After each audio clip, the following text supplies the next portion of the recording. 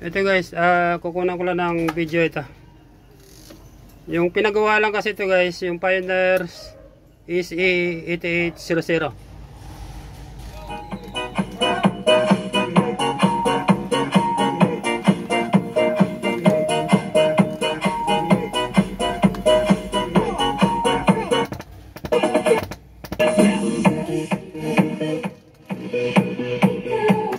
Yung issue lang naman ito guys, ito nawawala yung kanyang display dito sa harap. Then itong kanyang power indicator, wala ito guys.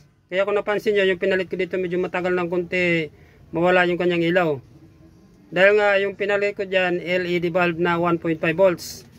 Dito ko kumuha guys ng supply sa taas. Itong sa loob nyan mayroon yan resistor. Kaya kung napansin nyo, hindi kaagad nawawala yung kanyang power indicator pag naka-off siya. Then dito sa bandang taas, kung napansin nyo, may mga hinang-hinang siya. Dahil nga nawawala minsan itong display sa harap. Ulitin ko guys, kinunan ko lang ng video for the record purpose only. Yan, ito yung laman pala nitong amplifier. Yan. Ito yung kanyang capacitor, 4 na piraso na malalaki. Ito para sa left. Ito para sa right. Ito guys yung kanyang transformer, ang laki. Bale, sinukat ko ito 5 inches, 5.5 inches. Kaya kung napansin to guys, yung dalawang resistor na yan. Yan kasi ang nagsusupply dito. Yan dito. Sa kanyang ilaw dito. Kaya lang wala tayong pamalit dito na ilaw, kaya gumamit tayo ng LED bulb. Bali to first na klase ito ng amplifier. Ito. Tingnan natin mamaya guys ang ilalim nito, kung anong transistor ang gamit niya.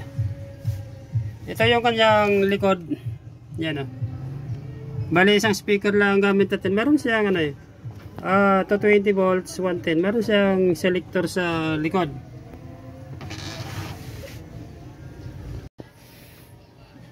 Ito guys yung kanyang OPT.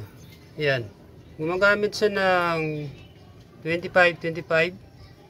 Ito yung pares niya, 1075. Bali ito first na klase ng amplifier ito guys. Medyo may kalakasan din siya. Ulitin ko lang guys, ito for the record purpose only lang ito.